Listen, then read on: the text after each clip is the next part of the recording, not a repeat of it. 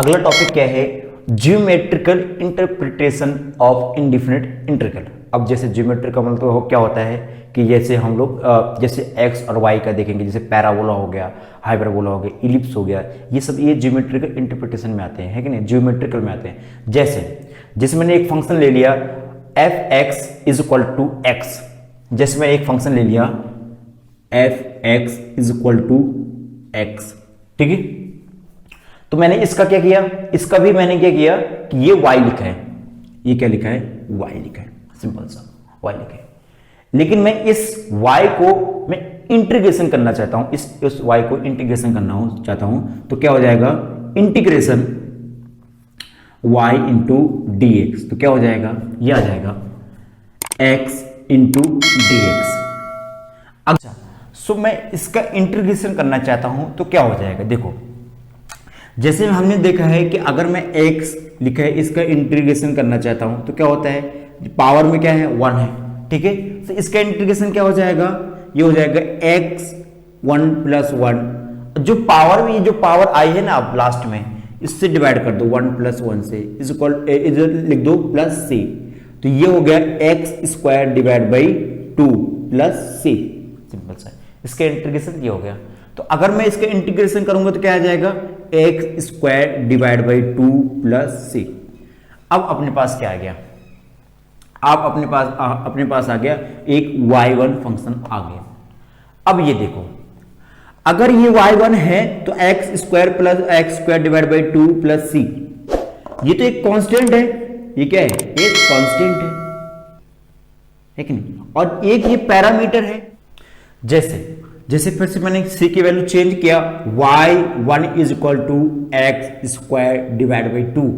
अब यहां पर c की वैल्यू हम ले रहे हैं कि 1 हो जाए, तो प्लस का 1, तो ये पैराबोला कैसा आएगा, ये पैराबोला क्या होगा कि y में एक ऐड हो गया, सिर्फ एक y में क्या हो गया, पूरे फंक्शन में y में एक ऐड हो गया, ये चला गया, ये कौन सा हो गया 1, ठीक है। तो ये हो गया 0,1 का एक, ये कौन सा पैराबोला आ गया, y1 is equal to X square divide by 2 plus 1 का।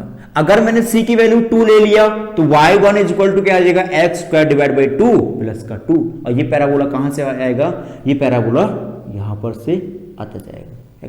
अगर मैंने y इज इक्वल टू 3 ले लिया, x इज इक्वल टू 3 ले लिया तो y1 क्या आ जाएगा, x square divide by 2 plus का 3, तो ये कहां से आ जाएगा, ये और ठीक है। तो और भी हमने पैराबोला देखे कि जब c इक्वल टू 0 था, तो ये कौन सा पैराबोला हो गया, ये था अपने पास y1 is equal to X square divide by 2 plus 2, और ये कौन सा हो गया, y1 is equal to X square divide by 2 plus 3, और ये कौन सा हो गया, y1 is equal to X square divide by 2।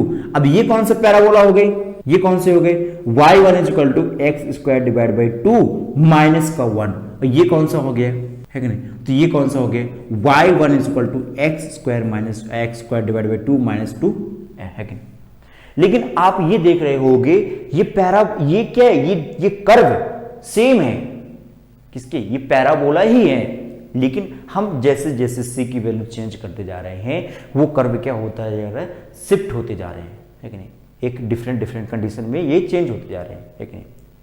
मतलब पहले अगर मैंने c इक्वल टू 1 ले लिया, प्लस का 1 ले लिया, तो ये पैराबोला यहां पर आ गया, शिफ्ट हो गया, लेकिन पैराबोला ही रहेगा, ऐसा नहीं कि हमने c की वैल्यू 1 ले लिया तो वो एक लाइन निकल के आ जाएगी, नहीं, ऐसा नहीं, फैमिली वही रहेगी। फैमिली का मतलब ये हो गया कि पैराबोला ही रहेगा, लेकिन ये क्या हो जाएगा, शिफ्टेड पैराबोला हो जाएगा। तो आई थिंक ये सारी कंडीशन में समझ में आया होगा।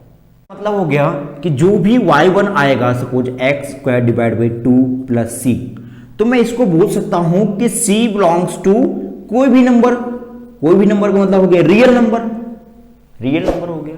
यहां पर इमेजिनरी नंबर नहीं आएंगे, यहां पर मैंने कह दिया कि c belongs to real number, या arbitrary constant belongs to real number. Real number कहां से स्टार्ट होते हैं, 0 से लेकर इनफाइनाइट, ये होते हैं 0.111 होते हैं, ऐसे भी होते हैं, माइनस का 1 होता है, माइनस का 0.1 होती है।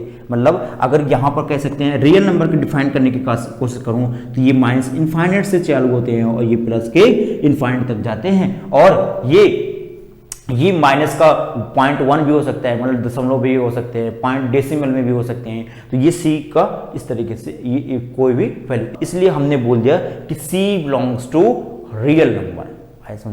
सो हम पढ़ेंगे कुछ प्रॉपर्टी ऑफ द इंटीग्रेशन की, कुछ बेसिक फार्मूले, ये फार्मूले हमने पढ़ लिए। अब हम पढ़ेंगे कुछ इसके फार्मूले, जैसे हम प्रॉपर्टी पढ़ेंगे। सो प्रॉपर्टी में देखेंगे क्या क्या है। तो अगर मैं पहली प्रॉपर्टी की बात करूं, तो ये अगर मैं इंटीग्रेशन कर रहा हूं किसी एफ डैश एक्स का कर रहा हूं और इंटू डी एक्स लगा रहा हूं, तो ये मेरे पास क्या आ जाएगा, अब मेरे पास क्या आ जाएगा, एफ एक्स कोई आ जाएगा और प्लस का एक सी आ जाएगा, एक ये कांस्टेंट आ जाएगा। अगर मैं दूसरे फार्मूले की बात करूं तो दूसरा फार्मूला क्या है मेरे पास, अगर मैं इंटीग्रेशन कर रहा हूं किसी एक एफ एक्स का कर रहा हूं, इंटीग्रेशन कर रहा हूं, ठीक है, इंटू डी एक्स लगा रहा हूं, तो मेरे पास क्या आ जाएगा, एक मेरे पास आ जाएगा जी एक्स आ जाएगा और प्लस में सी हो जाएगा। तो ये मेरे पास एक जी एक्स आ जाएगा और प्लस में एक सी एक्स आ जाएगा। अगर तीसरा फंक्शन दिया है, एक एफ एक्स ये दिया है, एफ एक्स दिया है into d x plus g x दिया है, तो इंटू डी एक्स, तो मैं क्या कर सकता हूं, इस इंटीग्रेशन को मैं इंडिविजुअली सेट कर सकता हूं। ये क्या हो जाएगा, एफ एक्स, ये हो जाएगा integration F x into d x plus ये हो जाएगा प्लस एफ इंटीग्रेशन जी एक्स, ये हो जाएगा इंटू डी एक्स। मैं क्या कर सकता हूं, मैं इंटीग्रेशन को सेपरेट कर सकता हूं, सिंपल सा, ये कंबाइंड इंटीग्रेशन को मैं सेपरेट कर सकता हूं, सिंपल सा ये हुआ है कि नहीं।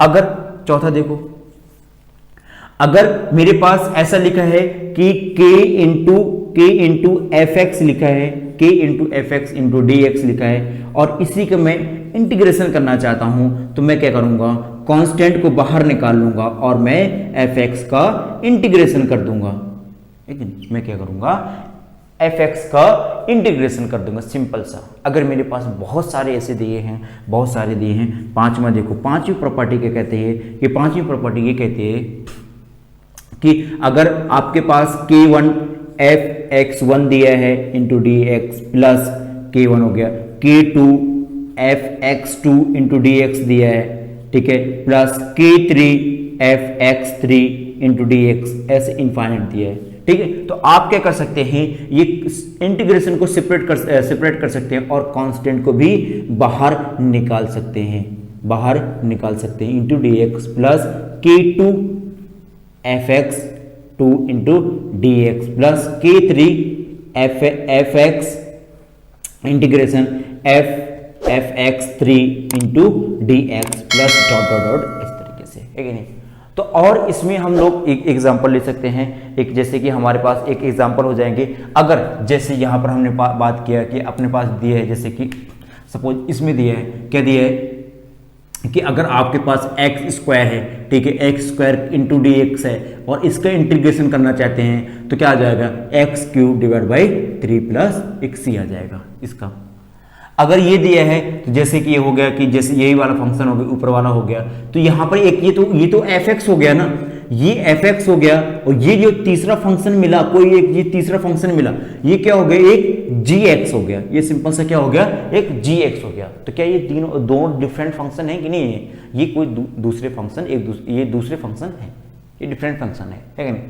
अब जैसे ये यहाँ पर दिया है कि यहाँ पर f x into d x plus g x into d x ये दिया है, तो हम ये क्या कर सकते हैं, इसका एग्जांपल देख सकते हैं। जैसे अपने पास दिया है कि इंटीग्रेशन करो x square plus x cube, ठीक है, x square into d x plus x cube into d x, इसका करना है। तो क्या करेंगे, एक्स स्क्वायर इंटीग्रेशन को दोनों में सेपरेट कर देंगे और इस तरीके से x cube into d x आ जाएगा, है कि नहीं। अब इसका हम इंटीग्रेशन कर देंगे तो ये सेपरेट हो जाएंगे इस तरीके से।